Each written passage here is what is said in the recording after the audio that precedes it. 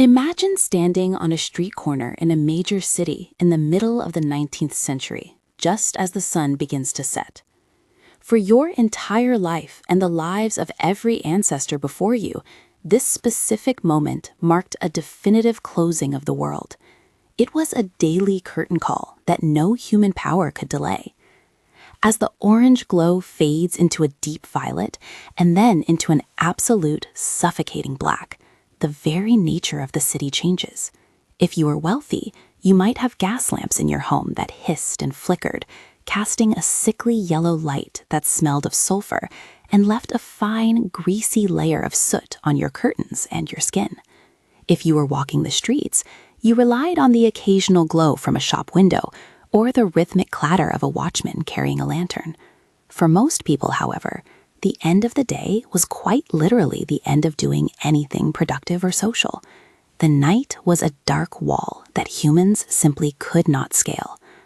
This was the hard constraint of human existence for thousands of years.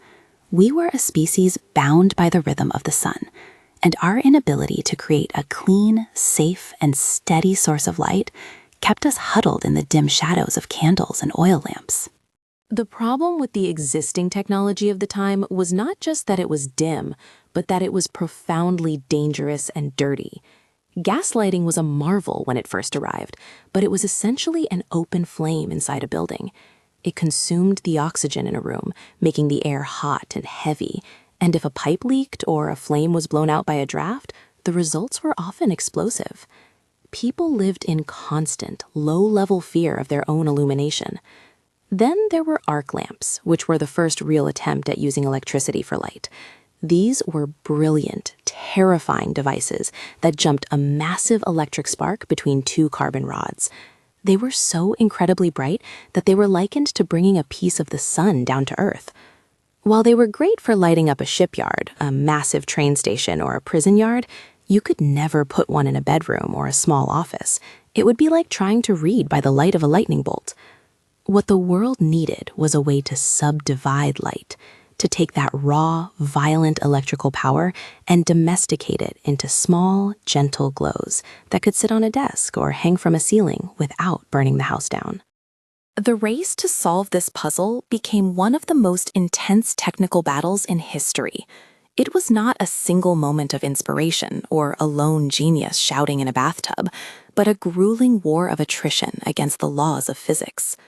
Inventors across the globe knew the basic principle. If you ran an electric current through a material that resisted it, that material would get hot and eventually start to glow. The problem was that most things burned up or melted in mere seconds. To make it work, you needed two things that seemed almost impossible to combine at the time. You needed a filament that could survive incredible heat for hundreds of hours, and you had to keep that filament in a near-perfect vacuum so there was no oxygen to let it catch fire. Imagine a team of researchers spending months carbonizing everything they could get their hands on, from common thread and pieces of cardboard to exotic grasses and even hairs from a laboratory assistant's beard. They were looking for a tiny sliver of matter that could withstand the heat of a miniature sun without crumbling into ash. It was a process of elimination that required infinite patience.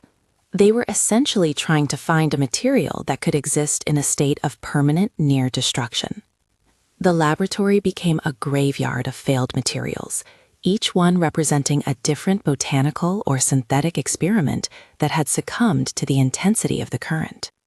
The turning point finally came when researchers shifted their focus toward carbonized plant fibers. By baking these materials in high-heat ovens until only a skeletal structure of carbon remained, they created a filament that could handle the heat. When they finally pumped the air out of a glass bulb and sealed it tight, the result was a miracle.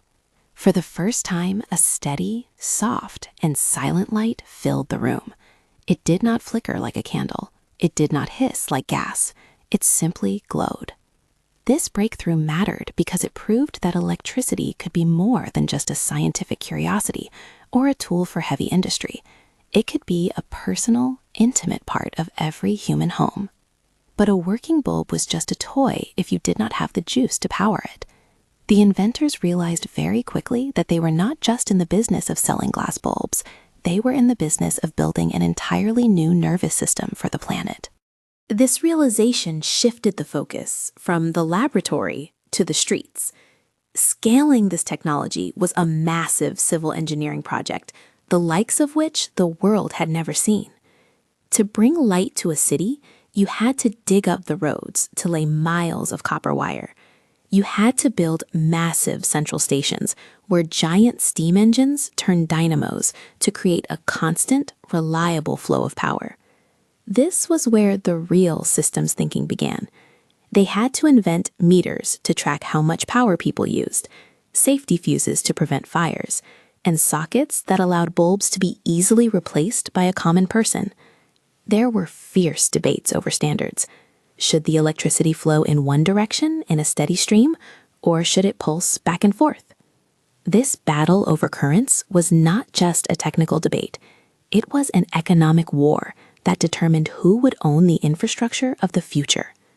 The winners were the ones who could prove their system was safe enough to enter a child's nursery and efficient enough to power a factory miles away. As the systems grew, the economics of the world began to tilt on their axis. At first, electric light was a luxury for the ultra-rich. Early adopters would host parties just to show off the glowing glass orbs in their parlors, which seemed like something out of a fairy tale or a magic trick. But as manufacturing scaled and more houses were wired, the price dropped. This led to a massive shift in how people lived their daily lives. The concept of the second shift or the graveyard shift in factories became common because work no longer had to stop when the sun went down. Retailers discovered that they could stay open late, and window shopping became a popular evening pastime. The very shape of the day was stretching. We were reclaiming the night, adding hours of productive and social time to the human experience that had never existed before. The evening was no longer a time of forced hibernation. It was a time of possibility. The ripple effects were felt in every corner of society. The gas companies, which had once been the undisputed kings of urban light, fought back with desperate smear campaigns. They claimed that electricity was an invisible killer that would leak out of the walls and strike people dead where they stood. They tried to paint the new technology as an unnatural force that would cause blindness or insanity. But the convenience and cleanliness of the bulb were too powerful to stop. The losers in this transition were the people whose livelihoods depended on the old ways, from the lamplighters who walked the streets at dusk to the industries built around whale oil and candles. The winners were the new titans of industry who controlled the copper, the coal, the generators, and the patents.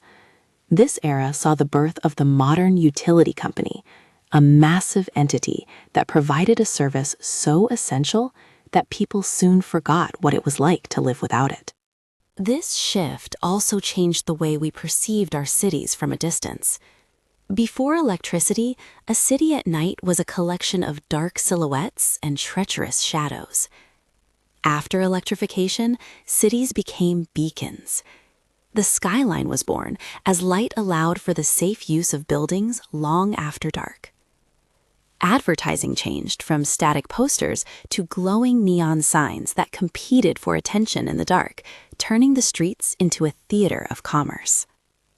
Public safety transformed as well-lit streets made crime more difficult and allowed people to move about more freely and confidently after dark. We began to build our lives around the assumption that light was a right, not a privilege. It changed our biology, too.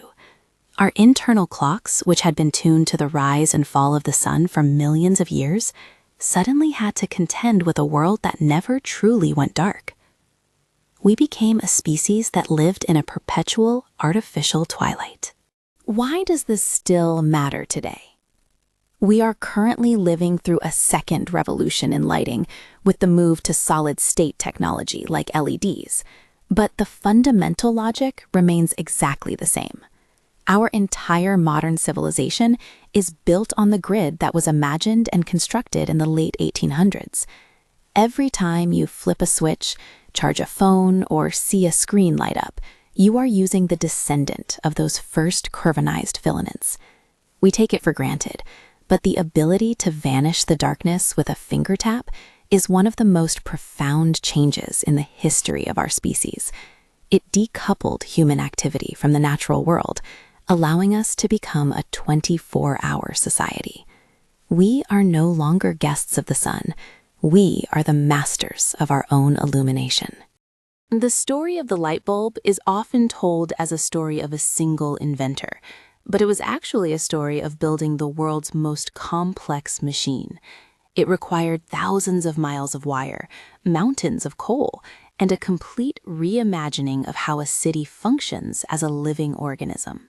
But while the world was learning how to light up the sky, another quiet revolution was happening right beneath their feet. To understand how these newly glowing cities could actually stand tall and reach for the clouds, we need to take a quick step sideways in our story. In the next episode, we look at the arrival of Portland cement and reinforced concrete, which provided the missing context for the modern vertical world. If you found this illuminating, stick around.